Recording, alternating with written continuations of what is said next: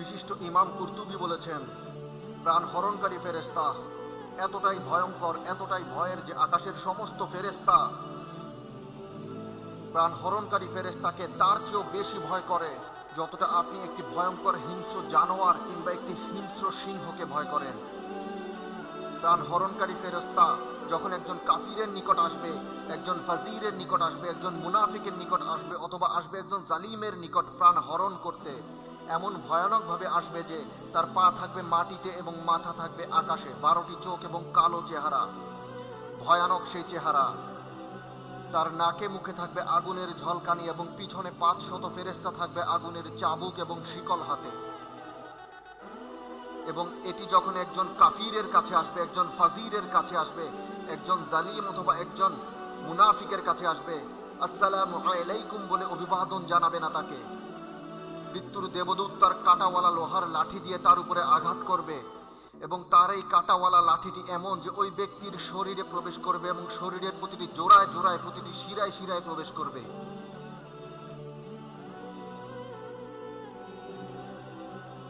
সূরা জুমআর 42তম আয়াতে আল্লাহ তাআলা বলেন, মৃত্যু এলে আল্লাহ প্রাণ হরণ করেন এবং যারা জীবিত তাদেরও চেতনা হরণ করেন।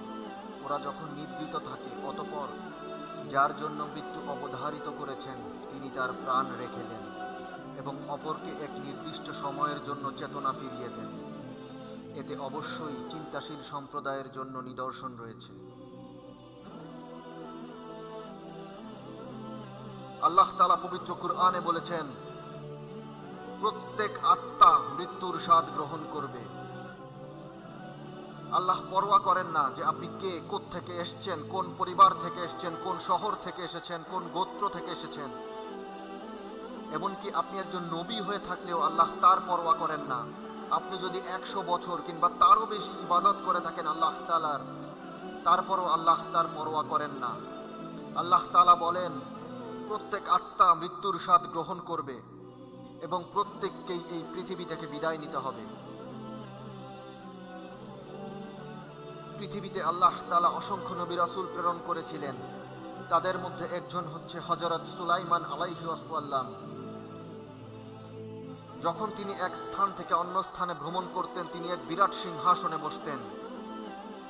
মানুষ এবং জিনরা তার চারপাশে থাকত, আরো থাকত বিভিন্ন জন্তু জানোয়ার। তার মাথার উপরে থাকতো পাখির দল, যারা হযরত সুলাইমান আলাইহিস সালামকে ছায়া দিত এবং প্রচন্ড বাতাস ওই পুরো দলটিকে এক স্থান থেকে আরেক স্থানে নিয়ে যেত। এভাবেই আল্লাহ তাআলা সুলাইমান আলাইহিস সালামকে সকল ক্ষমতা দান করেছিলেন। আল্লাহ তাআলা হযরত সুলাইমান আলাইহিস সালামকে এরকম বিশাল রাজত্ব দেওয়া সত্ত্বেও আল্লাহ বলেন, প্রত্যেক আত্মাই মৃত্যুর স্বাদ গ্রহণ করবে এবং সুলাইমান আলাইহিস সালাম দুনিয়া থেকে বিদায় নেন। আল্লাহ তাআলার একজন নবী ছিলেন হযরত মুসা আলাইহিস সালাম। আল্লাহ তাকে একটি লাঠি দিয়েছিলেন। যখন তিনি লাঠিটি হাতে ধরে থাকতেন তখন তা শুধু একটি লাঠি থাকতো, কিন্তু যখন এটিকে হাত থেকে ফেলে দিতেন তখন তা সাপ হয়ে যেত। এবং এই লাঠিটি দিয়ে যখন তিনি সমুদ্রের দিকে ইশারা করলেন, সমুদ্রের মধ্যে রাস্তা তৈরি হলো এবং মুসা আলাইহিস সালাম এবং তার অনুসারীরা সমুদ্রে পার হয়ে গেলেন। আল্লাহ তাআলা মুসা আলাইহিস সালামকে এরকম ক্ষমতা দেওয়া সত্ত্বেও আল্লাহ বলেন, প্রত্যেক আত্মাই মৃত্যুর স্বাদ গ্রহণ করবে এবং মুসা আলাইহিস সালাম দুনিয়া থেকে বিদায় নেন।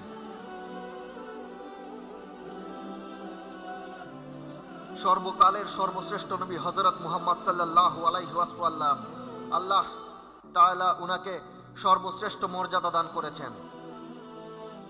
ওনাকে এতটাই মর্যাদা দান করা হয়েছে যে আল্লাহ তাআলা জান্নাতের প্রাসাদ সমূহে ওনার নাম লিখে দিয়েছেন।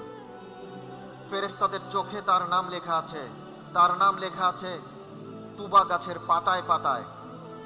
আল্লাহ তাআলা উনাকে এতটাই মর্যাদা দান করেছেন যে আল্লাহ বলেন তার চরিত্র সর্বশ্রেষ্ঠ। আল্লাহ বলেন তিনি মানব জাতির জন্য রহমত স্বরূপ। হযরত মুহাম্মদ সাল্লাল্লাহু আলাইহি ওয়াসাল্লাম সর্বশেষ নবী হওয়া সত্ত্বেও, সকল নবীদের মধ্যে শ্রেষ্ঠতম নবী, শ্রেষ্ঠতম ইমাম হওয়া সত্ত্বেও, সবচেয়ে উত্তম আখলাকের অধিকারী হওয়া সত্ত্বেও আল্লাহ তাআলা বলেন প্রত্যেক আত্মাই মৃত্যুর স্বাদ গ্রহণ করবে এবং নবী করিম সাল্লাল্লাহু আলাইহি ওয়াসাল্লাম দুনিয়া থেকে বিদায় নেন।